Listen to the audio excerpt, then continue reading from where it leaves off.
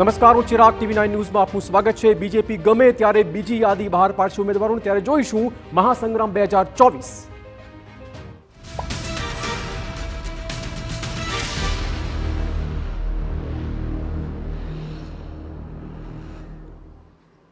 લોકસભા ચૂંટણીમાં બીજેપીના ઉમેદવાર મુદ્દે એક મોટા સમાચાર મળી રહ્યા છે। ભાજપની બીજી યાદી આજે ગમે ત્યારે જાહેર હવે થઈ શકે તે પ્રકારના સંકેત।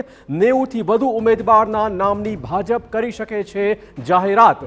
ગુજરાતના બાકીની 11 બેઠકોના નામોની પણ જાહેરાતની શક્યતા આજે નહીવત લાગી રહી છે। ગુજરાતની બાકીની 11માંથી 5 થી 7 બેઠકોના નામ જાહેર થાય તે પ્રકારના સંકેત છે। બાકીની તમામ બેઠક પર નવા ચહેરા જોવા મળી શકે તે પ્રકારના સંકેત। જાતિગત સમીકરણના આધારે 50થી ઓછી વયના યુવા ચહેરાઓને મળી શકે છે આ વખતે તક। ભાજપના જીતની સાથે 5 લાખની લીડ મેળવી શકે તેવા ઉમેદવારોને જ તક આપવામાં આવશે। મહેસાણા, અમદાવાદ પૂર્વ, વડોદરા, છોટાઉદેપુર બેઠકના ઉમેદવારોને લઈને મંથન હજુ પણ ભાજપમાં ચાલી રહ્યું છે।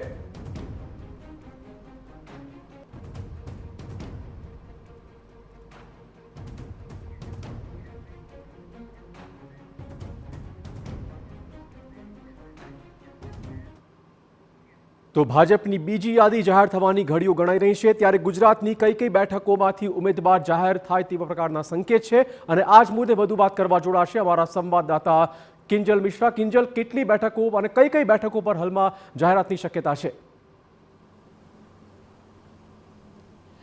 देखो 11 बैठकों છે। 11 બેઠકોની જે નામ છે, નામો પર મોહર વાગી ચૂકી છે, નામો જાહેર થવાના બાકી છે। માનવામાં આવી રહ્યું છે કે બીજી યાદી છે તે હવે ગમે ત્યારે જાહેર થઈ શકે છે। 5 વાગ્યાથી સમય હતો તે આપવામાં આવ્યો હતો કે 5 વાગે બીજી યાદી જાહેર થઈ શકે છે।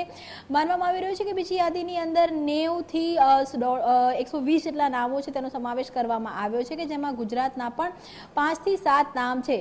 જો કે ગુજરાતના જે નામ છે તેની અંદર પહેલા એ વાત હતી કે 11 નામોની જાહેરાત થઈ શકે છે, પરંતુ જે હાલમાં જે પ્રકારે સમીકરણો સર્જાયા છે તેને લઈને 5 થી 7 બેઠકો છે તેની પર નામોની જાહેરાત છે તે થઈ શકે છે। મહદઅંશે આ જે નામો છે તે નો રિપીટ થિયરીના નામો હોઈ શકે છે તે પ્રકારની વાત આવી રહી છે। 11 બેઠકની વાત કરવામાં આવે તો કેન્દ્રીય નેતૃત્વ દ્વારા 11 બેઠકો પર નો રિપીટનું મન તો બનાવવામાં આવ્યું હતું, પરંતુ કેટલીક બેઠકોની અંદર સામાજિક સમીકરણો અને યુવા જે ચહેરાઓ છે તેને લઈ અને હજુ પણ તાલમેલ છે તે ચાલી રહ્યું છે, જેને લઈ અને નામોની મોહર નથી વાગી। પર કયા જે બેઠકો છે કે જ્યાં જે બેઠકો એકબીજા સાથે સંકળાયેલી છે, તો એ જે બેઠકો છે તેની અંદર મહેસાણા, અમદાવાદ પૂર્વ, વડોદરા અને છોટાઉદેપુર, આ ચારે એવી બેઠકો છે કે ચાર બેઠકો એકબીજા સાથે સંકળાયેલી છે।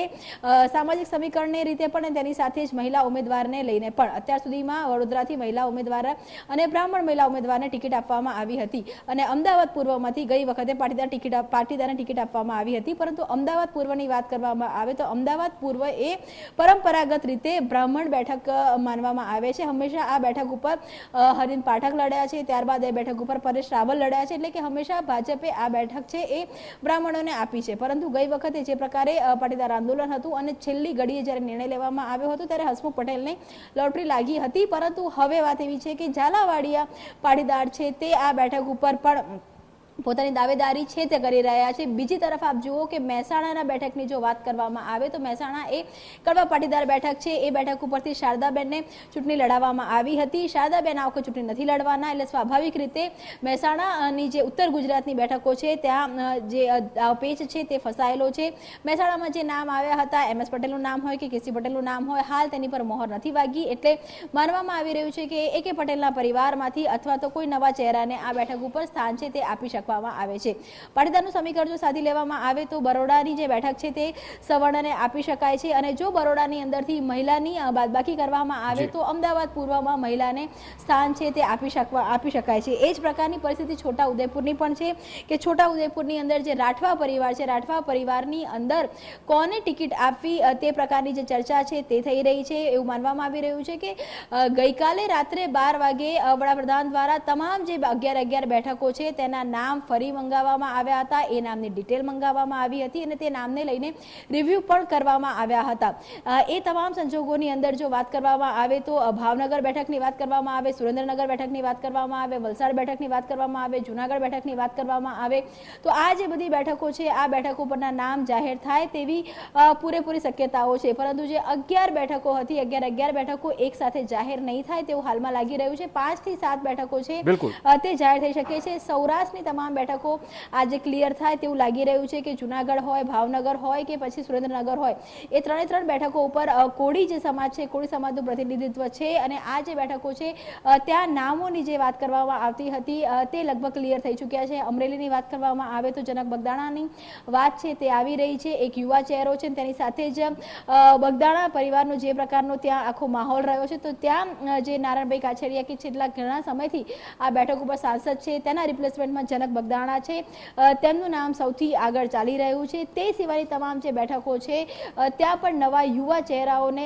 સ્થાન છે તે મળી શકે છે. તેને ધ્યાનમાં રાખીને જે આજે 5 થી 7 જે બેઠકો છે તેના નામોની જાહેરાત થઈ શકે છે. ધન્યવાદ કિંજલ. તો લગભગ 5 થી 7 બેઠકોના ઉમેદવાર જાહેર કરાશે, પરંતુ આજે જાહેર થશે તે લગભગ નો રિપીટ થિયરીવાળા જ ચહેરાઓ હોઈ શકે તે પ્રકારના સંકેત હાલમાં મળી રહ્યા છે. ટૂંક સમયમાં હવે ગમે ત્યારે ભાજપ ઉમેદવારોની બીજી યાદી બહાર પાડવાનું છે.